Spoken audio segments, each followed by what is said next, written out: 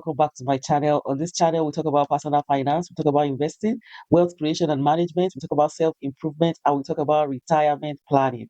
I'm actually a fire strategist, financial independence, retire early. I'm totally out for people to be able to achieve their financial freedom and retire rich, retire early. If this resonates with what you like or what you like to hear about all the time, please kindly click the subscribe button, click the notification bell for you to get notifications, and also please kindly just like our channels, like our videos for it to ginger us to produce more of this. Thank you so much. So today I'm going to be talking about how you can build wealth from small income. How you can build wealth from small income. There are so many factors that has to do with this for you to be able to build wealth from small income. So first and foremost, I would like to talk about keeping tab on our spending. We have so much overrated savings, like save 20% of your income, save 30% of your income. But what happens to the rest of the 70% or the 80% that is remaining? Savings is good because that's the only way in which you can have funds to be able to invest, in which you can have funds to be able to create wealth and all that. So let's talk about spending. Spending, what are the things that we're actually spending our money on? This monster that is called spending. As you know, as much as people have saved maybe 20% of their funds and they just feel like, oh, I've saved 20%, I can spend the remaining 80%. Now, for every $1 and for every one naira in which you are earning, you are paid for now and you're also paid for your future. So whatever money you are earning now, you are being paid for now and you're also being paid for your future. For your future, you need to have some certain amount you're saving towards your future and investing towards your future. The future at which you might not be able to, have so much energy to do as much as you are doing right now. And that's why I'm saying for every dollar that you're earning now, for every naira you're earning now, you're being paid for now and you're also being paid for your future. So we, as much as we are putting tab on our savings, we also need to put tab on our spending, because you see so many times when we draw out, probably print our bank statement or print our statements to see how much has really gone out of us, what we're actually using this money on. You find that there are so many things that we're actually spending money on that they are actually avoidable. There are things that probably things that it's actually avoidable, like something that we can really do without. It's not a do or die thing. And so that's why it's very important for us to keep tab on our savings and keep tab also on our spendings. You see, if we are able to actually keep tab on our spending, we'll actually be able to have more to save. And that takes me to the next thing: live within your means. You see, living within your means, it's as important as saving, is as important as spending. Living within your means is very important. Uh, you see, as much as now that we want to live large, we want to live in a big house, we want to have nice cars, we want to have nice things, and so many people are actually going on credit to actually be able to satisfy their lifestyle and all that, in which they are not even able to keep up with all the uh, expenses. Live within your means. If you are earning income, there's actually nice things that your income can actually accommodate. If you're actually earning small income, it's not the end of the world. It's not the end of the world. If you actually live within that means you have so much peace of mind. You have so much peace that the house I'm living, I can actually afford it. The car I'm driving, the fuel, the MOT, the insurance and everything is something I can actually afford. And if it's something I can't afford, taking transport and all that is not also the end of the world. If your car is too expensive for you to maintain, it's probably saying get a smaller car that you can maintain. If your rent is above 50% of your income, you can't afford that. You need to get an income and a rent that is within, that is not up to 35% of your income. If you're actually thinking about your future, so many times we postpone things like, okay, maybe in the next 5 years I will start, saving aggressively and all that. Why not start now? So that probably in the next 5 years it should have actually eased out. So that, the race that you want to start, like you want to be running marathon, you just be strolling or probably just be jogging towards it. Very important. Let us have conscious spending. Be very conscious of your spending, like planning, like budgeting, like planning your spending. It's difficult, but it's very important. Then also that takes me also to assess your net worth. Like, what am I actually worth? What are my assets? What are my liabilities? What are the things that I own? What are the things that I hold?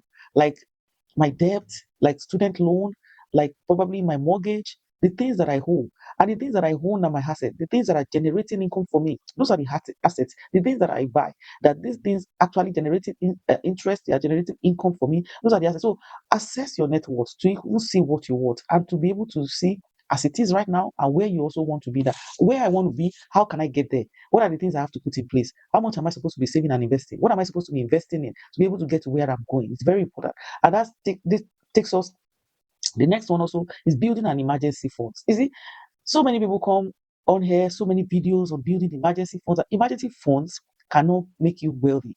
It is for it. You see, when you have savings, when you have something like you have not finished up everything that you have, it gives you this rest. It gives you this, this assurance, this mental rest, this emotional, rest that at least I have something somewhere. There's no emergency situation that can come to me that I will not be able to handle by the grace of God. It's very important for you to build your emergency fund. If your emergency fund is 3 to 6 months of your expenses. So if your monthly expenses is like 2,000, your emergency £2,000 or $2,000, your emergency funds will be like between 6,000 to like 12,000. But we are not even saying that save this 12,000 at once. Don't save the 6,000 at once. You might be putting it £100 or $100 or 50 pounds, something that you know that you can save and it will not bite you. Like you don't want to go back there.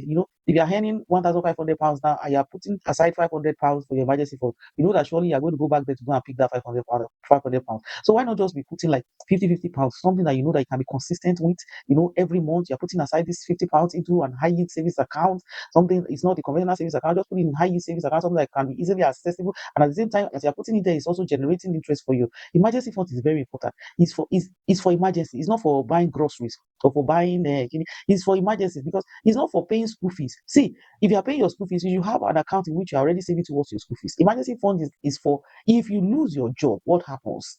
If you lose your job, something that will be able to put light in your house, put a house over your head, food on your table. That is for emergency funds. If a medical emergency happens, those are what emergency funds are for, not for groceries, not for school fees, not for, if your car breaks down.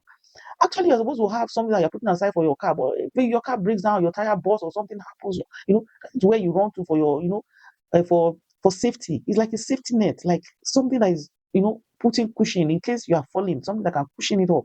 Those are what emergency funds are. And that takes me also to the next one, saying pay down or pay off your debt. You see, debt is a monster. Everybody knows that. And it's an habit that if you don't kill it, you just keep eating up your finances. People are incurring debt of credit card debt for whatever reasons.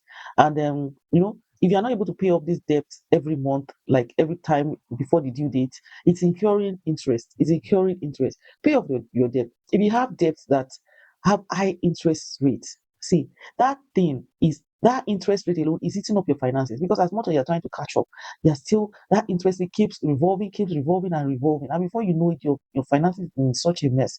So face the debt, tackle it. Do you want to pay the smaller ones first, or you want to go for the bigger ones that are yielding a very high interest? Whatever style that you want to use to pay off your debt, just make sure you're consistent with it. And before you know, it might take time.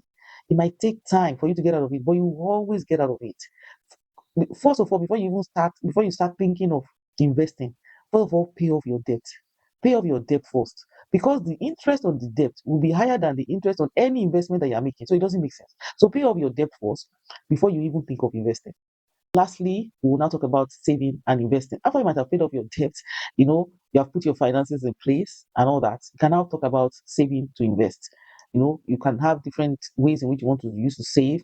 Save 20% of your income, or save 30% of your income, or is it 15% that's convenient for you and all that? Just save, be consistent with it, open your investment account, put in, automate the funding of your investment account from your current or savings account, so that they'll be funding your investment account, and automate also your trade, your investing in such a way that it will not be active. If you don't know so much about investing, just make sure that you put it in such a way that your investment account automatically just invest your funds as soon as it lands into your account also. So these are just the few ways in which you can use to build money, build wealth from small income. It comes very easy. It comes, subtle, but it's very important. Conscious spending, budget your money. The little you are earning, live within your means. The little you are earning, build emergency funds, build emergency net. The little you are earning, assess your net worth. If you are not able to assess yourself, you might not know where you are, and you might not even know where you are going. So because if there's no goalpost, you just be playing around like you're just playing elter skelter without any form of any goal in mind and all that. So it's very important for you to be able to assess this situation, to be able to know where you are, to know where you are going. Thank you very much for listening to this very long video. See you in the next video. Thank you so much.